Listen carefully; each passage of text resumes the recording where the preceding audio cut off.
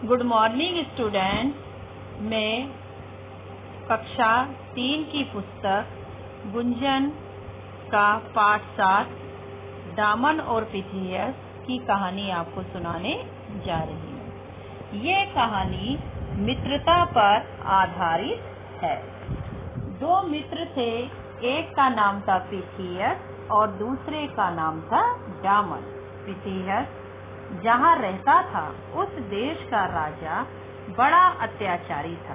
उसने कुछ दोष लगाकर पिथियस को कैद कर लिया और उसे फांसी की सजा सुना दी। फांसी देने से पहले पिथियस से पूछा गया, तुम्हारी अंतिम इच्छा क्या है? पिथियस ने कहा, मैं अपने परिवार से मिलना चाहता हूँ। राजा ने कहा, पिथियस के बदले कोई दूसरा आदमी जेल में खाने को तैयार हो तो पिथियस को कुछ दिनों की छुट्टी दे दी जाए। दामन पिथियस का मित्र था।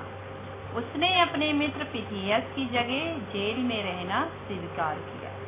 पिथियस अपने परिवार से मिलने चला गया। जब वो लौट रहा था तो लौटते समय हवा उल्टी चल रही थी। पिथियस की नाव ठीक समय पर ना पहुंच सकी। दूसरी ओर दामन के मन में आनंद की लहरें उठ रही थी। आज प्रिय मित्र के लिए मेरा जीवन काम आएगा। इधर पिथियस सोच रहा था, हाय, अगर मैं समय पर ना पहुंच सका तो मेरे प्यारे मित्र दामन को फांसी हो जाएगी। फांसी का समय आ गया। दामन को फांसी के तख्ते पर चढ़ा दिया गया। दामन प्रसन्न था। लोग कहने लगे, पिथियस ने मित्र को धोखा देकर अच्छा नहीं किया। दामन ने चिल्लाकर कहा, ऐसा मत कहो, पिथियस सच्चा मित्र है, वे किसी कारणवश नहीं पहुंच पाया होगा। फिर उसने जल्लाद से कहा, भाई, समय हो गया है, तुम देर क्यों कर रहे हो? इतने में दूर से आवाज आई, ठहरो ठहरो, मैं पिथियस हूँ, फांसी की सजा मुझे हुई है। देखते ही देखते पिथियस घोड़ा दौड़ता हुआ वहां आ पहुंचा। उसने झट से कूदकर फांसी के फंदे को अलग कर दिया। उसने दामन को गले से लगा लिया। दोनों की आंखों से आंसू बहने लगे। अब पिथियस ने वो फंदा अपने गले में डाल दिया।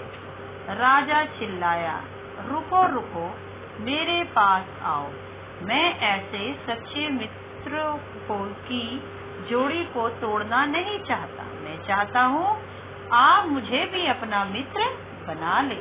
मुझे आप जैसे मित्रों की बहुत आवश्यकता है। राजा की आंखों से आंसू बह रहे थे। बच्चों, तो ये कहानी हमारी मित्रता पे आधारित थी कि कैसे एक मित्र ने दूसरे मित्र का मुसीबत में साथ दिया।